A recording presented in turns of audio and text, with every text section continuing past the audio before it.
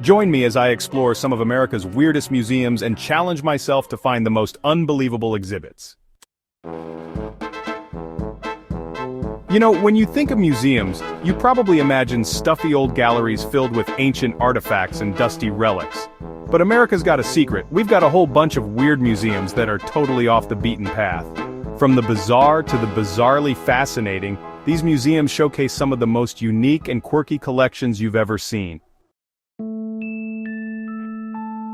But here's the thing, these museums can be tough to find. They often fly under the radar, overshadowed by more traditional attractions like art museums and historical landmarks. And that's a shame, because these weird museums offer a glimpse into the weird and wonderful diversity of American culture. It takes some digging to uncover these hidden gems, but trust me, it's worth it. Because when you do stumble upon one of these weird museums, you're in for a real treat. You'll find yourself wondering how on earth someone came up with this idea, and why on earth you'd want to dedicate an entire museum to it. And yet, despite the initial shock value, these museums often have a strange allure to them. You'll find yourself drawn in by the sheer weirdness of it all, and before you know it, you're elbows deep in exhibits on weird taxidermy or retro-futuristic concept cars. Let's take a look at some of the weirdest museums out there. First up, we've got the International Cryptozoology Museum in Portland, Maine, which is dedicated to all things mythical and mysterious, from Bigfoot to the Chupacabra. Then there's the Museum of Bad Art in Boston, which showcases some of the worst art you've ever seen, and yet, somehow, it's fascinating. Next, we've got the National Freshwater Fishing Hall of Fame in Hayward, Wisconsin, which is exactly what it sounds like, a museum dedicated to all things fishing. And finally, we've got the Kansas Barbed Wire Museum in La Crosse, Kansas, because who doesn't love a good piece of barbed wire? Spam has been making a comeback in recent years, making rounds on social media with unique recipes and innovative ways to use the canned meat product. Whether you're a newcomer to Spam, or you've had it in your pantry for years, you'll find plenty to love at the Spam Museum in Austin, Minnesota. The 14,000 square foot museum offers free admission year-round and features interactive exhibits and games that are sure to give you a new appreciation for Spam and its rich history. When you go to an art museum, you expect to see the best of the best, art that's so good it must be displayed and admired.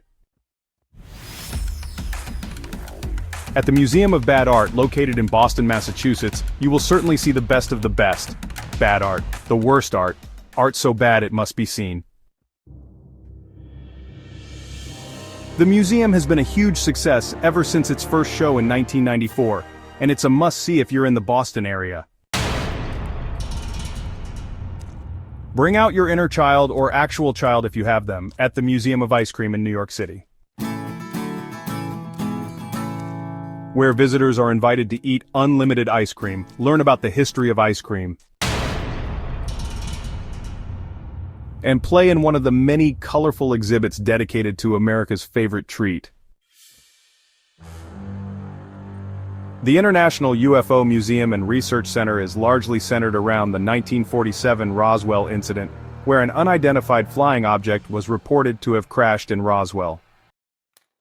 The museum doesn't aim to convince visitors that aliens did visit, but presents evidence and information that was documented from the time of the crash, to let the visitors decide for themselves.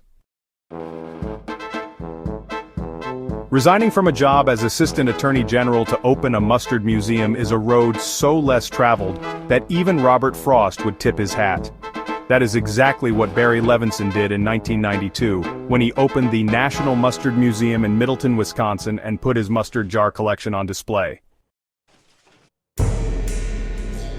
Today, the collection has grown to over 6,500 mustard jars from more than 70 countries and is the largest collection of mustard and mustard memorabilia in the world.